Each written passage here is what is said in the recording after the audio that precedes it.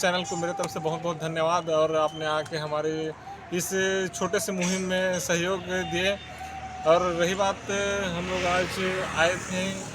D sir से division में बात करने के लिए, क्योंकि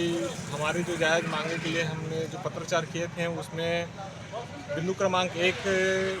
और 2 में कड़ी कार्रवाई हुई कि नहीं हुई, ऐसा करके तो हमें जानकारी मिला गया है कि बिंदु क्रमांक 2 जहां गोबरा सब स्टेशन है वहां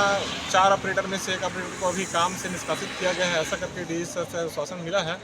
और बिंदु क्रमांक 1 में वालेंदु सिंह राजपूत के लिए अभी कोई कार्रवाई नहीं किया गया है उसके द्वारा, क्योंकि डी सर का कहना है कि यह मेरे अधिकार क्षेत्र से बाहर है। इसका मेन कर्ता धर्ता ठेकेदार है, ठेकेदार के ऊपर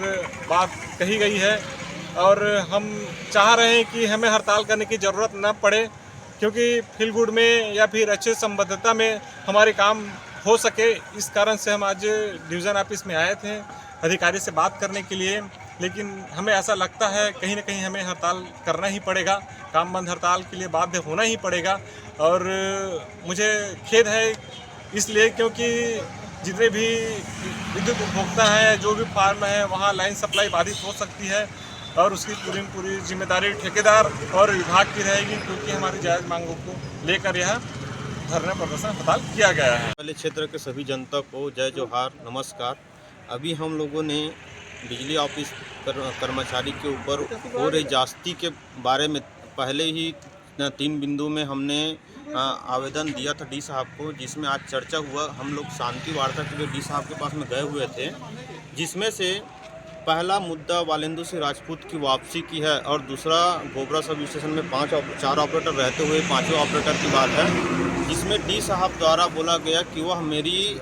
कार्य क्षेत्र से बाहर है, या उस विषय में सर ने ज़्यादा बात नहीं करते हुए यह बोला गया कि इसमें मैं कुछ नहीं कर पाऊँगा। रही बात तीसरी मुद्दा, जिसमें EPF SIC की बात हुई थी, उसमें उसने सहमति जता रही है, लेकिन उसमें भी कम्प्लीटली हम लोग संतुष्ट नहीं हैं। तो इस प्रकार से हम लोग कर्मचारी यह डिसीजन ले रहे हैं या डिसीजन में पहुंच रहे हैं कि जिस प्रकार से हमारी मांगें पूरी नहीं हो रही है, तो हम पहले तो जनता से क्षमा चाहेंगे कि हमें मजबूरन ही इस हड़ताल को, काम बंद हड़ताल को करना पड़ेगा, जिसकी समस्त जवाबदारी हमारी कार्य न होने के कारण से, हमारी मांग पूरा न होने के कारण से विभाग की होगी। और हम ठेकेदार से भी चर्चा किए, उसके द्वारा भी हमें कुछ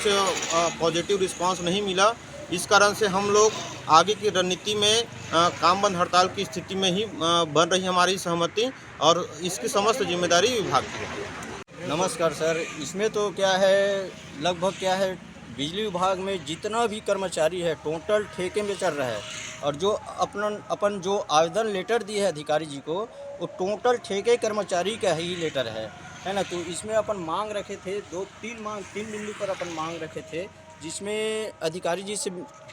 आज हम लोग बात किए हैं। उसमें हम लोग को एक पॉइंट पे तो थोड़ा सा संतुष्टिजनक जवाब मिला है, लेकिन पहला और दूसरा मैटर था जिसमें हम लोग को थोड़ा से संतुष्टिजनक जवाब नहीं मिला, क्योंकि अधिकारी जो बोले हैं कि ये वालेंदु वाला मैटर में क्या है, ये मेरा कर्मचारी नहीं है करके थोड़े से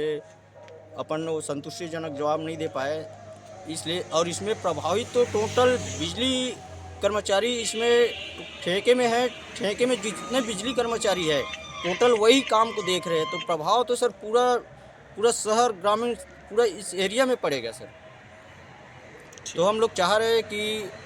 हम लोग वही चाह के गए थे अधिकारी के पास कि क्या है सर, कुछ संतुष्टिजनक जवाब मिल पा रहे क्या सर। तो सर का वही कहना था कि ये मेरे अंडर में नहीं है पहला बिंदु। तो हम लोग वही, हमारे टोटल ठेके कर्मचारी निर्णय लिए हैं कि आगे अपन जो लेटर दिए उस माध्यम से आगे बढ़ना ही है, तय किया है सर।